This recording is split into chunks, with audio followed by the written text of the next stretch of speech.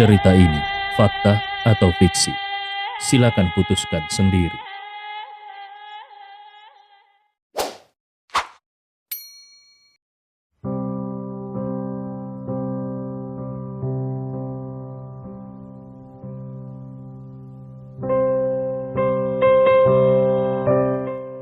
Sebagai perguruan tinggi swasta paling mewah di Suzhou, sebagian besar siswa Akademi Yunlong berasal dari keluarga terkemuka. Di setiap kelas ada beberapa geng-geng kecil.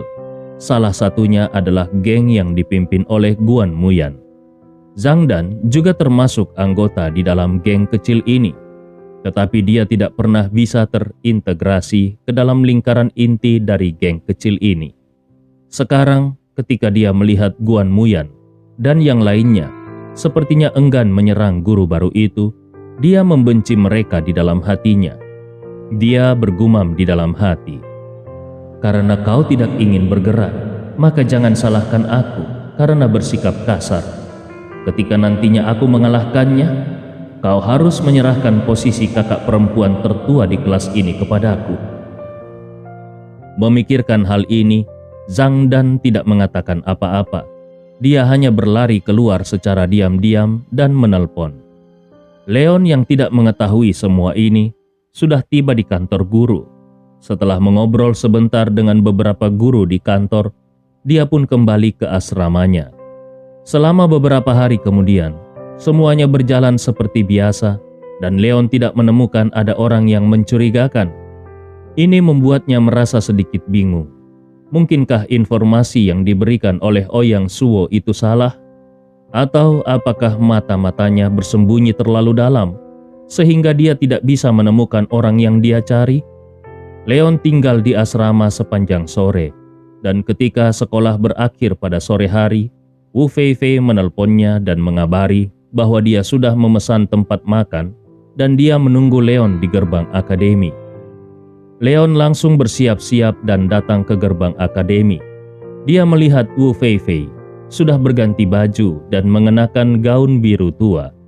Rambut hitam legamnya diikat ke belakang kepalanya dengan model kuncir kuda. Penampilannya sangat bercirikan anak muda. Leon masih berdiri jauh, namun Wu Feifei sudah memberi isyarat dan memanggil Leon, "Guru." Ada juga taksi yang diparkir di dekat Wu Feifei. Leon menghampiri Wu Feifei sambil tersenyum dan berkata, "Kita hanya makan santai, kenapa kau perlu naik mobil?" Wu Feifei tertawa kecil. "Guru sudah banyak membantu keluarga kami, jadi tentu saja kami tidak boleh mentraktirmu makan di tempat yang lusuh. Ayo kita masuk ke mobil, orang tuaku sudah ada di sana." Leon mengernyitkan keningnya. "Orang tuamu juga ikut?" Wu Feifei tersenyum dan berkata, "Tentu saja, aku sudah memberikan semua uangnya kepada orang tuaku, dan mereka ingin berterima kasih secara langsung kepada guru." Leon tersenyum. Dia tidak mengatakan apa-apa lagi dan hanya mengikuti Wu Feifei ke dalam mobil.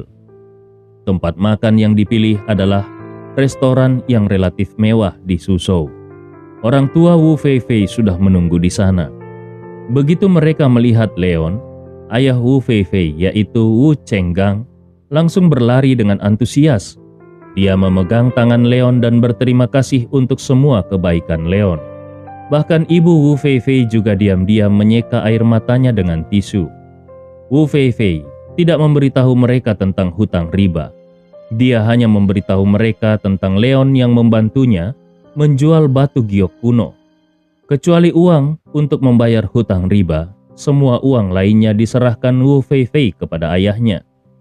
Sejak keluarga Wu mengalami kegagalan dalam investasi, semua aset mereka sudah digadaikan dan mereka menyewa sebuah rumah untuk tempat tinggal mereka.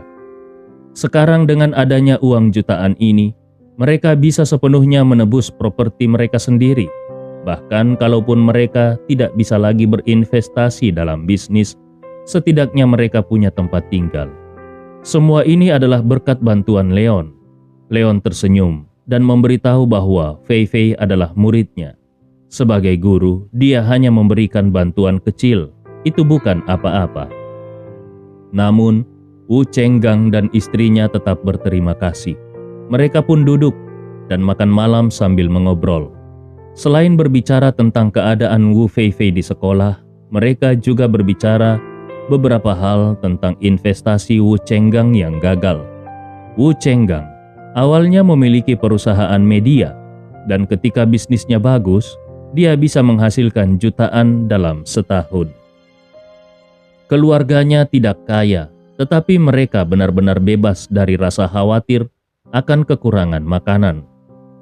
Tahun lalu, perusahaannya menerima orderan yang cukup besar. Kalau proyek ini berhasil, perusahaan Wu Chenggang bisa berkembang hingga lebih dari 2 kali lipat. Wu Chenggang sangat bersemangat dengan proyek ini. Semua modal kerja diinvestasikan dan sejumlah uang dipinjam untuk proyek ini.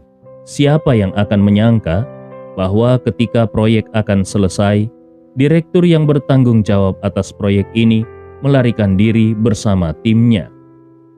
Seluruh proyek terpaksa ditunda dan pada akhirnya tidak bisa diselesaikan. Perusahaan pun mengeluarkan banyak uang untuk membayar ganti rugi. Pada akhirnya ketika Wu Chenggang bangkrut, dia mengetahui bahwa tim inti perusahaannya dibajak oleh perusahaan besar yang menandatangani kontrak dengannya di awal. Tetapi memangnya kenapa kalau dia tahu tim itu adalah orang-orang yang dibawanya sendiri? Kontrak yang ditandatangani oleh kedua belah pihak tidak ketat dan tidak ada pelanggaran kontrak. Dia bahkan tidak bisa melakukannya meskipun dia mau. Pada akhirnya, dia jatuh sakit karena marah. Kalau bukan karena putrinya yang berhasil meminjam uang, dia mungkin sudah lama meninggal. Leon menghela nafas sebentar. Jelas dia tidak menduga kalau hal seperti itu terjadi di rumah Wu Feifei. Dia tidak bisa berkata apa-apa selain menghibur Wu Chenggang agar di masa depan bisa lebih berhati-hati dalam mempekerjakan orang. Wu Chenggang mengangguk lagi dan lagi. Dia sudah menderita kerugian besar. Kalau sampai dia melakukan kesalahan yang sama di masa depan, maka dia adalah orang yang paling bodoh di dunia. Setelah makan, keluarga Wu membayar tagihannya dan bersiap untuk pergi bersama Leon. Namun ketika mereka berada di pintu depan, mereka bertemu dengan sekelompok orang. Pemimpinnya, seorang pria gemuk berusia 40-an, memandang Wu Chenggang dengan wajah mencibir. Dari waktu ke waktu matanya tertuju pada istri dan anak perempuan Wu Chenggang. Pria gemuk itu berkata, "Hei, bukankah ini adalah Tuan Wu? Aku mendengar kalau kau sakit dan dirawat di rumah sakit. Sudah berapa lama kau sakit? Apakah sekarang kau sudah sembuh?" Seorang pria berusia 30-an berjalan dan tersenyum. "Tuan Wang, kesehatan Tuan Wu sudah membaik. Penyakit kecil itu tidak ada artinya baginya." Pria gemuk yang bernama Wang Feng itu tertawa. "Hahaha, itu benar. Tapi ku dengar Tuan Wu berhutang banyak. Kenapa kau masih punya uang untuk dibelanjakan di restoran ini? Tuan Wu, apakah sekarang kau sudah menjadi kaya lagi?" Wajah Wu Chenggang menjadi pucat saat dia berkata, "Wang Feng, ini tidak ada hubungannya denganmu."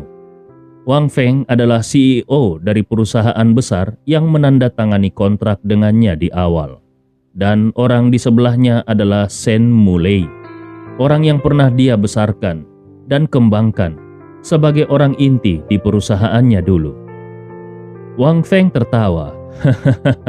"Bagaimana mungkin ini tidak ada hubungannya denganku? Perusahaanmu sudah diakuisisi olehku dan aku sudah melunasi hutangmu. Sekarang aku adalah krediturmu." Wu Chenggang menggertakkan giginya dan berkata, "Jangan khawatir, aku akan membayarnya kembali besok." Wang Feng tertawa sinis.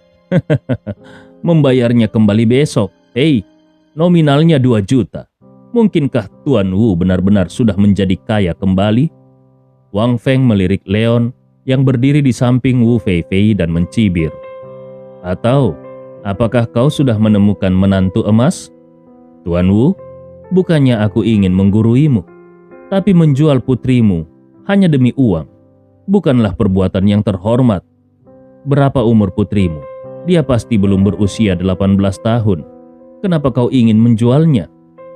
Wu Chenggang sangat marah sehingga seluruh tubuhnya gemetar. Leon adalah guru dari putrinya. Beraninya Wang Feng mengatakan hal seperti itu di depan guru putrinya. Wang Feng menjadi semakin bersemangat untuk berbicara. "Tuan Wu, kalau memang kau ingin menjual putrimu, kenapa kau tidak berdiskusi denganku dan membiarkan putrimu menjadi wanitaku? Aku akan melupakan hutang-hutangmu. Bagaimanapun, sebaiknya air pupuk memang tidak mengalir ke ladang orang luar." Wu Chenggang yang sudah sejak tadi merasa kesal dan marah tidak bisa menahan diri lebih lama lagi. Dia mengepalkan tinjunya ke arah Wang Feng dan berkata, "Wang Feng, aku akan membunuhmu."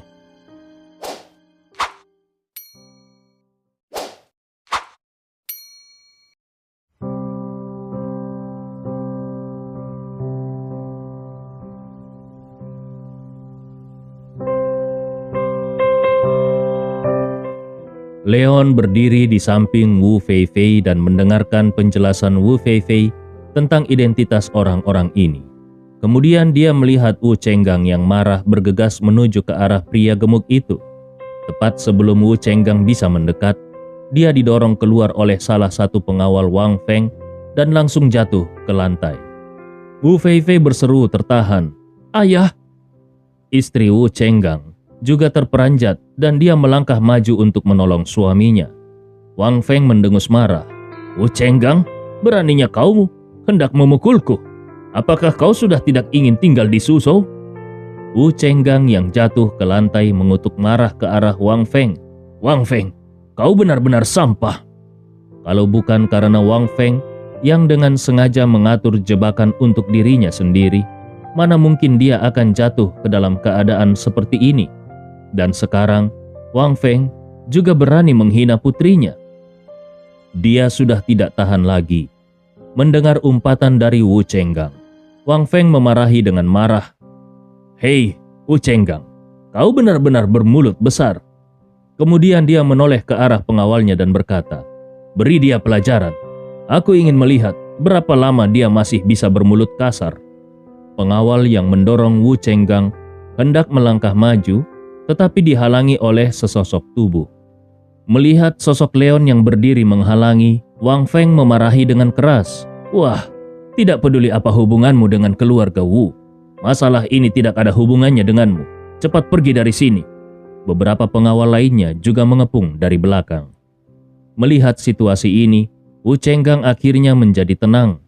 Jangankan sekarang di saat perusahaannya bangkrut, bahkan di masa jayanya pun mustahil baginya untuk bisa melawan Wang Feng. Aset Wang Feng sudah mencapai ratusan juta, dan itu sama sekali bukan sesuatu yang bisa dihadapi oleh orang kecil seperti dirinya. Kalau dia benar-benar memprovokasi Wang Feng sehingga Wang Feng memukulinya, itu bukanlah masalah yang besar. Tidak masalah kalau hanya dia yang dipukuli. Tetapi kalau melibatkan guru Wu Feifei, tentu dia tidak akan bisa menerimanya. Merasa takut Leon akan terlibat, Wu Chenggang buru-buru meraih Leon dan berkata, "Guru Wu, tolong jangan impulsif. Masalah ini adalah antara aku dan Tuan Wang. Sebaiknya guru menjauh dari masalah ini." Melihat Wu Chenggang ketakutan, Wang Feng tertawa keras. "Tuan Wu, ternyata kau masih bisa berpikiran normal. Apakah kau setuju dengan apa yang aku sarankan barusan? Tapi kalau kau tidak berani untuk mengirimkan putrimu sendirian, kau juga bisa membiarkan istrimu yang melakukannya atas namamu. Kalau kau bermurah hati dan membiarkan mereka mengikutiku, aku bukan hanya bisa memutihkan semua hutangmu, tetapi aku juga akan mengembalikan perusahaanmu kepadamu. Bagaimana menurutmu?" Wu Chenggang sangat marah sehingga dia benar-benar ingin bergegas maju dan membunuh pria gemuk ini. Sayangnya ada banyak pengawal di sekitar Wang Feng. Tidak masalah kalau dia yang mati, tetapi dia tidak ingin membebani guru yang sudah banyak membantu keluarga Wu-nya. Dia memutuskan untuk menahan amarahnya dan mengajak Leon serta yang lainnya pergi dari sini. Tetapi ketika dia hendak meraih tangan Leon, dia melihat Leon sudah mendatangi pengawal yang diperintahkan untuk memberi pelajaran kepadanya. Seketika Leon langsung menampar pengawal itu, diikuti dengan tamparan lain di wajah Wang Feng. Tubuh gemuk Wang Feng yang mendekati 200 pound terlempar ke lantai oleh tamparan itu. Wu Chenggang tercengang. Wu Feifei dan ibunya juga tercengang, terutama Wu Feifei. Dia tidak pernah berpikir kalau guru barunya ini ternyata memiliki sisi kekerasan seperti itu. Adapun mengenai sekelompok orang di sekitar Wu Chenggang, mereka juga terpana menyaksikan semua ini. Wang Feng menutupi setengah wajahnya dengan satu tangannya dan menopang badannya di tanah dengan tangan lainnya sambil berseru tertahan. Kau! Dia hendak bangun dan membiarkan pengawalnya mengajari anak yang tidak tahu ketinggian langit ini, tetapi Leon sudah mendatanginya, lalu mengangkat tubuhnya yang beratnya mendekati 200 pound dengan satu tangan dan kembali melayangkan beberapa tamparan di wajahnya. Bunyi beberapa tamparan keras terdengar, dan kepala Wang Feng yang sudah gemuk benar-benar berubah menjadi seperti kepala babi. Ada degungan di telinganya, dan dia tidak bisa membedakan antara timur dan barat. Para pengawal yang ingin melangkah maju untuk menyelamatkan bos mereka juga berdiri dengan bodoh di tempatnya. Mulut Wu Chenggang terasa kering. Dia tidak bisa mengerti bagaimana bisa guru yang sopan dan baik hati ini akan memiliki sikap yang begitu ganas. Hanya saja setelah sadar kembali, ada kepanikan lain di hatinya. Wang Feng memang sangat layak mendapatkan tamparan barusan. Tetapi bagaimanapun juga, dia adalah bos besar dengan aset lebih dari 100 juta. Dia pasti tidak akan mau tinggal diam kalau dipermalukan di depan umum seperti ini. Begitu dia membalas, bagaimana seorang guru kecil seperti Leon bisa menghadapinya? Wu Chenggang hendak melangkah maju dan meraih Leon, tetapi Leon sudah kembali melempar Wang Feng ke tanah seperti anjing mati. Melihat tatapan mata khawatir Wu Chenggang, Leon tersenyum dan berkata, "Tidak apa-apa, Feifei adalah muridku. Kalau seorang guru bahkan tidak bisa melindungi muridnya sendiri, guru macam apa aku ini?" Wu Chenggang merasa sangat khawatir di dalam hatinya. Kebenarannya memang seperti itu. Tetapi bukan itu masalahnya. Wang Feng memiliki aset yang kuat dan berbagai koneksi. Kalau Leon menghajarnya seperti ini, maka begitu dia membalas, itu hanya akan menyebabkan lebih banyak kerugian bagi keluarga Wu dan Leon. Wu Feifei sendiri tidak terlalu memikirkannya. Melihat sosok ramping Leon, pikirannya dipenuhi dengan kata-kata Leon dan untuk sementara waktu hatinya merasa tersentuh. Terutama ketika dia berpikir bahwa sebelumnya dia sudah bekerja sama dengan Guan Muyan dan yang lainnya untuk menjebak Leon dengan mendapatkan bayaran seharga puluhan ribu yuan. Dia merasa kalau dia sama sekali bukan manusia. Di mana lagi dia bisa menemukan guru yang begitu baik seperti Leon ini? Wu Feifei sudah memutuskan di dalam hatinya kalau di masa depan Guan Muyan ingin berurusan dengan gurunya ini, dia pasti akan menghentikannya. Wang Feng dibantu berdiri oleh bawahannya dan Direktur Shen Mulei yang mengkhianati Wu Chenggang. Untuk menunjukkan kesetiaannya, Shen Mulei membopong Wang Feng dengan satu tangan dan menunjuk ke arah Leon dengan tangan lainnya sambil mendengus dingin. "Wah, kau akan mati. Kau pasti akan mati." Wang Feng memiliki wajah muram dan hendak memerintahkan kepada pengawal lainnya untuk maju bersama-sama dan mengajari anak yang tidak tahu ketinggian langit ini. Tetapi kemudian dia melihat sesosok tubuh berjalan keluar dari hotel. Tanpa mau repot-repot mengumbar kata-kata kejam, dia melepaskan diri dari dukungan bawahannya dan berjalan menuju sosok itu sambil berkata dengan penuh hormat, "Tuan Zhao." Sosok itu berpaling memandangi wajah Wang Feng yang bengkak dan memar. Lalu dia bertanya dengan heran, "Tuan Wang, ada apa denganmu?" Wang Feng berkata dengan penuh hormat, "Maaf Tuan Zhao, aku baru saja bertemu dengan orang gila. Tuan Zhao, silakan kembali ke ruangan dulu. Aku akan datang setelah aku selesai menangani orang gila itu." Sosok yang dipanggil Tuan Zhao itu tertegun. Orang gila? Lalu dia mendongak dan melihat ke arah Leon yang sudah berbalik. Seluruh tubuhnya langsung gemetar. Wang Feng berkata dengan wajah menyanjung, sambil matanya menatap mata Leon dengan sangat dingin. Benar, pemuda ini adalah orang gila yang kumaksud. Dia benar-benar bodoh dan berani melakukan sesuatu padaku di sini. Maafkan aku kalau hal ini benar-benar membuat Tuan Zhao terkejut. Leon sudah membuat dirinya kehilangan wajah di depan Tuan Zhao. Sangat sulit baginya untuk menghilangkan kebencian di hatinya terhadap Leon, kalau dia tidak menghancurkan tubuh Leon menjadi ribuan keping. Dan untuk Wu Chenggang sendiri, Wang Feng sudah bertekad kalau dia tidak bisa membawa istri dan anak perempuan Wu Chenggang ke tempat tidurnya, dia tidak akan dipanggil Wang Feng. Namun, ketika Wang Feng masih melamun memikirkan pembalasan yang akan dilakukannya, suara dingin Tuan Zhao terdengar di telinganya.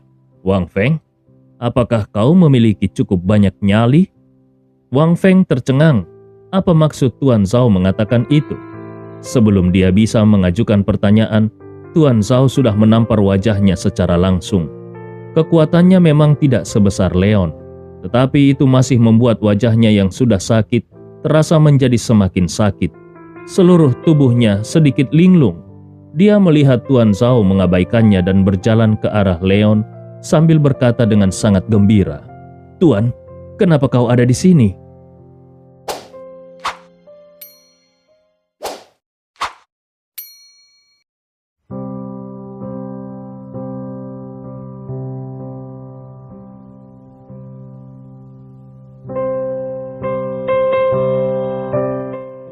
Wang Feng benar-benar tercengang. Tuan, guru yang ada di depannya ini ternyata adalah Tuan dari Tuan Zhao? Apa identitas Tuan Zhao? Dia adalah saudara dari Presiden Grup Jiutian Entertainment Media, dan sekarang dia bertanggung jawab atas seluruh urusan konsorsium Jiutian di cabang Suzhou. Meskipun bisnis Jiutian Entertainment Media Group baru saja berkembang di Suzhou, namun reputasi konsorsium ini telah lama dikenal oleh orang-orang di seluruh lingkaran media Suzhou. Hanya dalam waktu 1 atau 2 tahun, nilai pasar konsorsium Jiutian sudah lebih dari 100 miliar. Dan sekarang, mereka bisa bersaing dengan raksasa media di Suzhou. Wang Feng benar-benar kebingungan melihat semua ini. Bukan hanya Wang Feng, tetapi Wu Chenggang juga menyaksikan semua ini dengan tercengang. Meskipun perusahaannya relatif kecil, tetapi bagaimanapun juga dia berasal dari lingkaran ini. Jadi tentu saja, dia juga sudah pernah melihat orang kedua di konsorsium Jiutian ini. Bahkan dia juga tahu bahwa proyek sebelumnya, di mana dia dan Wang Feng bekerja sama, akhirnya dijual ke konsorsium ini. Wu Chenggang juga tidak percaya kalau pria sebesar itu benar-benar memanggil guru Fei Fei dengan sebutan Tuan. Mungkinkah Tuan Zhou juga murid Leon? Tetapi bukankah Fei Fei mengatakan kalau ini adalah pengalaman pertama Leon menjadi guru? Wu Fei Fei tidak tahu apa-apa tentang Tuan Zhao. Tetapi ketika dia melihat pria besar ini, yang membuat Wang Feng bersikap sangat sopan, memanggil gurunya dengan sangat hormat, dia bahkan merasakan rasa bangga di hatinya. Gurunya ini benar-benar luar biasa. Masalah ini harus diberitahukan kepada orang-orang di kelas yang ingin mengusir Leon. Sementara itu, pada saat ini, di wajah Leon hanya ada senyuman masam. Sekarang, dia sudah menumbuhkan janggut dan memakai kacamata. Bagaimana bisa Zhou Yotam langsung mengenalinya? Mungkinkah keterampilan penyamarannya benar-benar buruk? Tuan Zhou bertanya kepada Leon. Tuan, kau tinggal di Sudu. Apa yang kau lakukan di Suzhou ini? Leon menjawab, aku menemani orang tua dari salah satu muridku datang ke sini untuk makan, tetapi mereka mendapatkan perlakuan yang tidak menyenangkan. Diam-diam Leon melirik Zhou Yotam. Dia mengisyaratkan kepada Zhou Yotam untuk tidak mengungkapkan identitasnya. Zhao Yotam memahami isyarat dari Leon dan dia langsung menunjuk ke arah Wang Feng yang masih linglung. Apakah orang ini adalah pelakunya? Leon mengangguk. Benar. Lalu dengan singkat, dia memberitahu mengenai ide Wang Feng untuk menjebak keluarga Wu. Zhao Yotam mendengus dingin kepada Wang Feng. Wang Feng, sikapmu itu sangat tercela. Aku benar-benar buta karena sudah memilihmu untuk bekerja sama denganmu. Mulai dari sekarang, aku tidak akan bekerja sama lagi denganmu. Dalam sekejap, wajah Wang Feng langsung menjadi pucat. Dia sudah melalui banyak masalah dan menghabiskan banyak usaha untuk bisa berhubungan dengan Jiutian Media. Namun dia berpikir kalau itu sepadan karena dia juga mengambil keuntungan dari fakta bahwa pihak lain baru saja datang ke Suzhou untuk mengembangkan bisnisnya. Jadi pihak lain membutuhkan perusahaan seperti miliknya yang tidak terlalu besar dan memiliki latar belakang tertentu.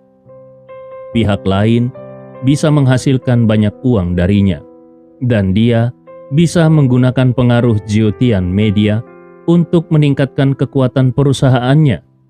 Bahkan untuk menghindari kecelakaan, dia langsung membayar mahal dan memburu tim inti Wu Chenggang, sehingga dia bisa sepenuhnya mengendalikan proyek yang disukai Zhao Yotam di tangannya. Kali ini, dia meminta Tuan Zhao datang ke sini untuk makan malam. Sebenarnya itu juga untuk menandatangani kontrak akhir. Tapi sekarang, Tuan Zhao telah memutuskan untuk berhenti bekerja sama dengannya. Jadi apa gunanya semua uang dan usaha yang sudah dia habiskan sebelumnya? Dia sudah menginvestasikan puluhan juta, memburu, mendapatkan, dan mengulang proyek ini. Menurut perkiraannya sebelumnya, proyek ini bisa menjaring setidaknya ratusan juta. Tetapi sekarang jangankan ratusan juta, yang terjadi adalah semua uang yang sudah dia habiskan sebelumnya akhirnya terbuang sia-sia. Kerugiannya bisa mencapai lebih dari 10 juta. Tetapi kalau dia menyinggung Jiutian Media, dengan pengaruh Jiutian Media di industri media, bagaimana dia masih bisa berbaur di masa depan? Wang Feng tidak peduli ini di depan umum. Dia langsung berlutut di depan Zhao Yotam dan memohon belas kasihan. Tuan Zhao, aku salah. Tetapi sebelum dia sempat menyelesaikan kalimatnya, dia sudah langsung diusir oleh Zhao Yotam. Enyahlah, aku merasa sangat kesal saat melihatmu. Setelah mengutuk Wang Feng dengan keras, Zhao Yotam segera berkata kepada Wu Chenggang sambil tersenyum ramah. Ulang. Zhao Yotam segera berkata kepada Wu Chenggang sambil tersenyum ramah, seolah-olah dia telah berubah menjadi orang lain. Tuan Wu, aku benar-benar minta maaf. Aku tidak menyangka kalau sebelumnya orang ini mencuri idemu. Kalau kau mau, kami bisa menandatangani perjanjian kerjasama denganmu secara langsung. Wajah Wang Feng langsung berubah menjadi putus asa. Sementara wajah Wu Chenggang terlihat sangat gembira. Bekerja sama secara langsung dengan Jiutian Media. Dia mendapatkan kesempatan untuk bekerja sama secara langsung dengan Jiutian Media. Ini seperti mendapatkan durian runtuh. Wu Chenggang mengangguk dan hendak memberitahu Zhao Yotam tentang kesulitannya. Tuan Zhao, tentu saja aku sangat menghargai penawaranmu. Tetapi sekarang namun dia langsung disela oleh Zhao Yotam sebelum dia selesai berbicara. Tidak apa-apa, kami bisa menyediakan dana rekonstruksi. Dan kalau kau tidak memiliki tenaga kerja yang cukup, kita juga bisa merekrut beberapa tenaga kerja untukmu. Kau hanya perlu merumuskan ulang proyeknya.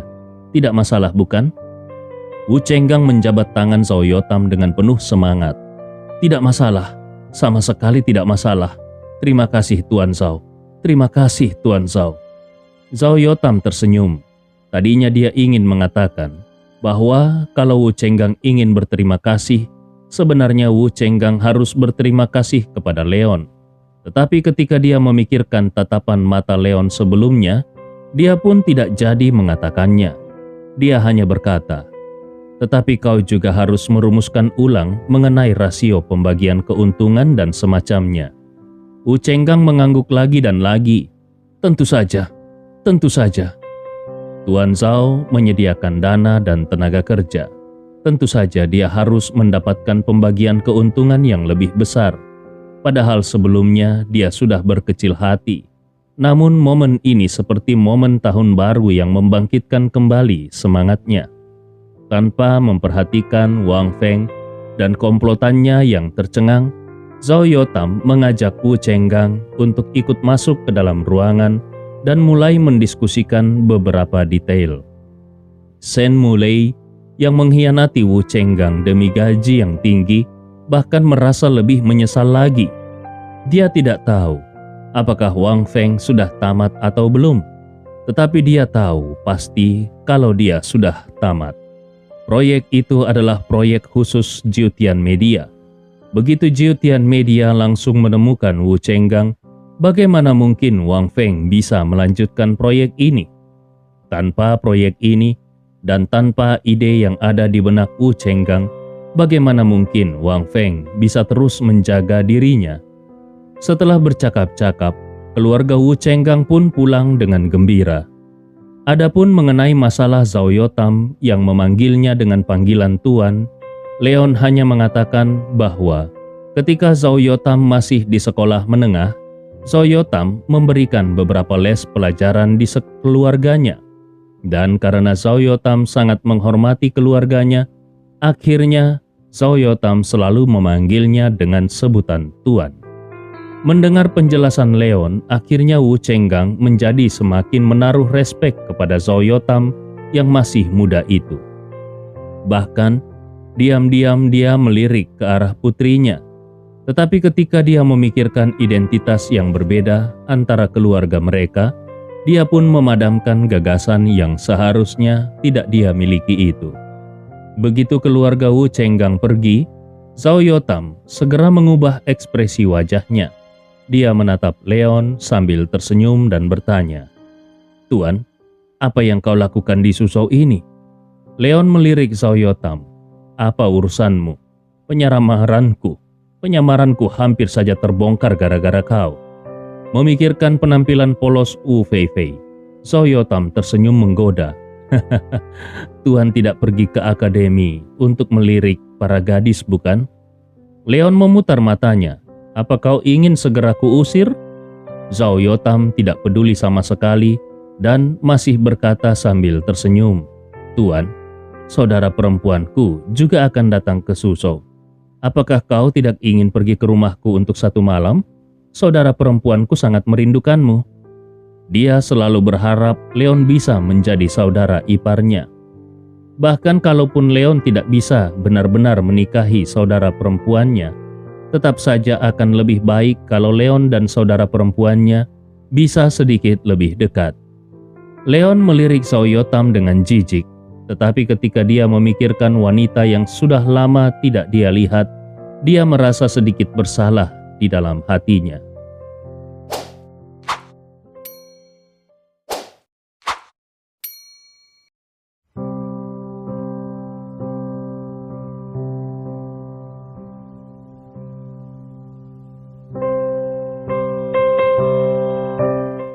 Leon tidak pergi bersama Zhao Yotam untuk mengunjungi Tami. Bukannya dia tidak berani pergi karena rasa bersalah di hatinya, tetapi karena tiba-tiba Yurin menelpon dan mengatakan bahwa dia memiliki sesuatu yang penting untuk diberikan kepadanya. Setelah memberitahu Zhao Yotam untuk tidak mengungkapkan identitasnya untuk saat ini dan membuat janji untuk bertemu dengan Tami di lain waktu, Leon pun pergi naik taksi ke komunitas semenanjung Suzhou. Kota Suzhou mencakup wilayah yang sangat luas, dan wilayah perkotaannya hampir 3 kali lipat dari ibu kota Su. Seluruh kota Suzhou dibagi menjadi 2 bagian, utara dan selatan, oleh sungai besar yang disebut Sungai Qianlong. Komunitas semenanjung terletak di sebuah pulau kecil di tengah Sungai Qianlong. Ini adalah komunitas villa dengan penjualan tertinggi di Suzhou. Untuk memimpin proyek Cahaya Harapan, Qin Lanyue menghabiskan hampir sebagian besar waktunya di kota Suzhou, dan markas besar farmasi Qin juga pindah ke kota Suzhou yang terletak di tepi sungai Qianlong. Ketika Leon datang ke villa sesuai dengan alamat yang diberikan oleh Yurin, kebetulan dia melihat Yurin duduk di sebelah Qin Lanyue sambil membalut lengannya. Leon sedikit tertegun dan buru-buru berjalan mendekat sambil bertanya, "Ada apa?" Qin Lanyue tersenyum, "Tidak apa-apa. Hanya saja ketika aku pulang kerja di sore hari, kebetulan perusahaan mengadakan acara donor darah di lantai bawah. Jadi aku dan Yurin pergi ke acara itu untuk menyumbangkan darah. Mungkin karena trombositku sedikit rendah, jadi ada sedikit pendarahan." Leon menghela nafas dan sambil melangkah maju dia berkata, "Kondisi tubuhmu saat ini tidak cocok untuk mendonorkan darah." Kemudian dia meraih pergelangan tangan Qin Lanyue dan dengan beberapa gerakan ringan, aliran darah yang tadinya tidak bisa berhenti mengalir, saat ini sepenuhnya berhenti mengalir. Qin Lanyue tidak banyak bicara sebelumnya. Sebelumnya dia juga pernah mendonorkan darah, tapi tidak pernah ada situasi seperti tadi. Hanya saja siapa sangka kalau kali ini situasinya akan seperti ini. Yurin yang ada di samping memelototi adik laki-lakinya dan berkata, "Ini semua karena salahmu. Sudah lebih dari setengah tahun kau pergi dan belum kembali." Di dalam benak Yurin, Qin Lanyue adalah kandidat terbaik untuk menjadi nyonya rumah keluarga Wood. Hanya saja sepertinya Leon dan Qin Lanyue tidak memiliki niat seperti itu. Jadi dia tidak bisa berbuat apa-apa untuk hal itu. Leon tidak berani membantah dan hanya berkata sambil tersenyum, "Baiklah, ini memang salahku. Aku berjanji itu tidak akan terjadi lagi." "Ngomong-ngomong, bukankah kau mengatakan kau punya sesuatu untuk ditunjukkan kepadaku? Kau datang ke Suzhou hanya untuk mengirimiku sesuatu?" Yurin menggelengkan kepalanya dan tidak lagi meneruskan pembahasan mengenai kesalahan Leon. Dia berkata, "Bukan begitu. Sebenarnya ada beberapa hal yang harus aku diskusikan dengan Lanyue. Mengenai yang kukatakan di telepon itu, kau bisa menunggu sebentar." Setelah itu dia berbalik dan naik ke atas. Melihat wajah Qin Lanyue yang masih agak kurus, Leon berkata dengan lembut, "Kalau masalah di sana sudah diselesaikan, aku akan datang untuk menemanimu." Qin Lanyue hanya mengangguk ringan. "Baiklah." Tak lama kemudian Yurin sudah datang kembali dengan sebuah kotak dan menyerahkannya kepada Leon. Leon tercengang melihat kotak giok itu. "Apa ini?" Yurin berkata, "Jenderal Ouyang tahu kalau aku berada di Suzhou, jadi dia memintaku untuk menyerahkannya kepadamu. Dia mengatakan kalau kotak ini diberikan oleh gurumu." Leon tertegun sejenak. "Guruku?" Kemudian dengan cepat dia membuka kotak giok itu dan melihat bahwa di dalam kotak giok itu ada 3 pil salju putih. 3 pil putih salju yang berbentuk kristal. Segera setelah dia membukanya, ada aroma yang menyebar dan hanya dengan menghirup aromanya saja, tubuh Leon menjadi sangat segar. Bukan hanya dia, tetapi bahkan Yurin dan Qin Lanyue juga sangat tertarik dengan ketiga pil indah itu. Aroma aneh dari pil itu juga membuat mereka merasa segar. Yurin bertanya, "Apa ini?" Leon dengan cepat menjawab, "Barang yang bagus." Yurin dan Qin Lanyue memandang Leon dengan berkata secara bersamaan, "Apa?" Tentu saja mereka juga tahu kalau benda itu adalah barang yang bagus. Pertanyaan mereka adalah barang apa sebenarnya yang ada di kotak itu. Leon menyeringai dan menjelaskan kepada keduanya, ini adalah pil yang bisa dengan cepat meningkatkan kultivasi seorang seniman bela diri. Ramuan ini beberapa kali lebih baik daripada pil Tong Xuan yang diminta oleh Pak Tua Long untuk kau bawakan kepadaku terakhir kali. Ternyata orang tua itu masih memiliki hati nurani. Dia tahu kalau dia memiliki murid sepertiku. Kedua wanita itu saling memandang dan tidak bertanya apa-apa lagi. Pada saat membuka kotak giok tadi, Leon merasa ada gerakan di 8 lubang utama di tubuhnya. Rasanya seperti monster yang telah lapar selama ribuan tahun lalu, tiba-tiba mencium aroma daging. Dia sudah tidak sabar untuk melahap energi pil itu. Jadi dia pun berkata, "Aku akan berkultivasi dulu. Ini adalah benda yang sangat bagus. Sia-sia kalau aku tidak langsung menyerap energinya." Yurin dan Qin Lanyue mengangguk. Bagi mereka, semakin kuat kultivasi Leon, semakin aman mereka. Faktanya, justru agar tidak mengganggu kultivasi Leon, mereka selalu mencoba yang terbaik untuk tidak mengganggu Leon dalam banyak urusan bisnis. Begitu Leon pergi, Yurin berbicara kepada Qin Lanyue. "Dalam hal dana, Leon sudah membantu kita menyelesaikannya. Jadi sekarang kita bisa membiarkannya berkultivasi." Dengan singkat, Yurin mengatakan jumlah yang dijanjikan oleh kerajaan Meng. Qin Lanyue berkata, "Kerajaan Meng baru saja mengalami kekacauan. Bagaimana dia bisa mendapatkan begitu banyak uang?" Secara alami, Qin Lanyue tahu apa yang telah dilakukan Leon di kerajaan Meng, dan menurut perkiraannya, bahkan kalaupun kerajaan Meng mengosongkan perbendaharaan mereka, Leon tidak akan mungkin bisa mendapatkan uang sebanyak itu. Yurin menggelengkan kepalanya. "Secara khusus, aku tidak tahu, tetapi menurut Tuan Lin, sebagian besar dana dikumpulkan oleh Kamar Dagang Cina, dan orang-orang Cina itu sangat optimis tentang kita." Tidak peduli seberapa pintar Yurin dan Qin Lanyue, mereka tidak akan pernah berpikir kalau lebih dari setengah dana itu berasal dari seorang wanita bernama Su Lulu. Pada saat ini Leon sudah meminum pil dan seluruh tubuhnya dipenuhi dengan kekuatan obat yang agung. Rasanya sama seperti apa yang dirasakan Ye Xiaosu ketika meminum pil pengumpul roh. Bahkan dengan kecepatan kultivasi Leon, tidak mungkin baginya untuk menyerap kekuatan obat dari pil ini dalam waktu singkat. Untungnya, meskipun kekuatan obat dari pil ini sangat besar, tetapi tidak keras sama sekali dan tidak menyebabkan kerusakan sedikit pun pada meridiannya. Kekuatan obat itu hanya berkeliaran di sekitar tubuhnya dan memungkinkan dia untuk menyerapnya sedikit demi sedikit.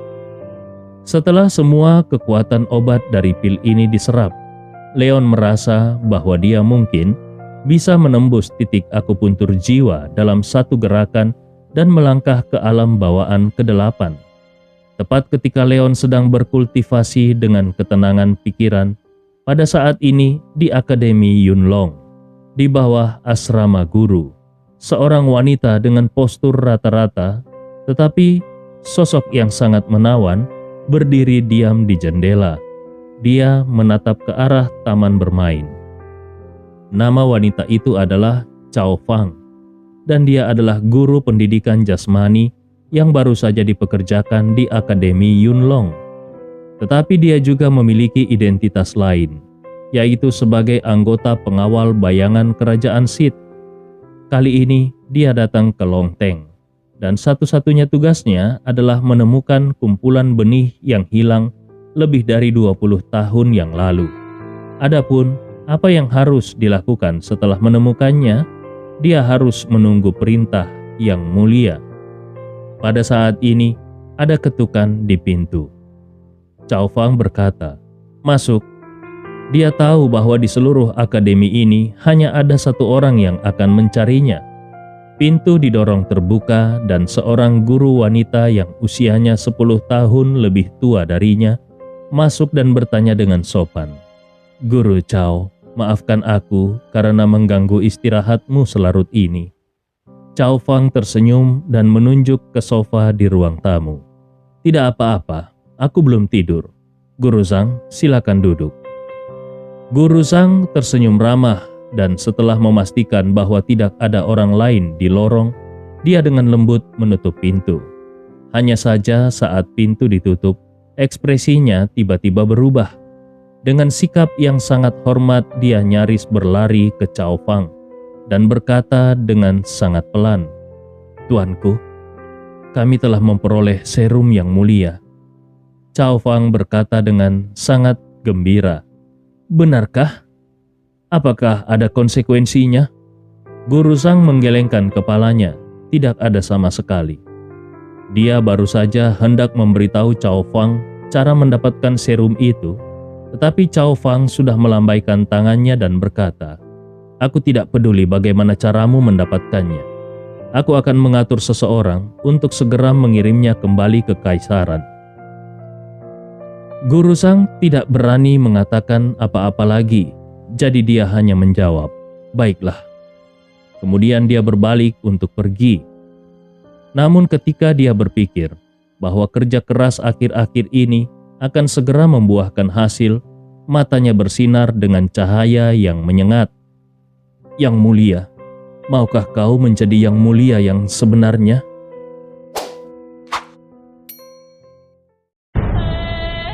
Cerita ini fakta atau fiksi? Silakan putuskan sendiri.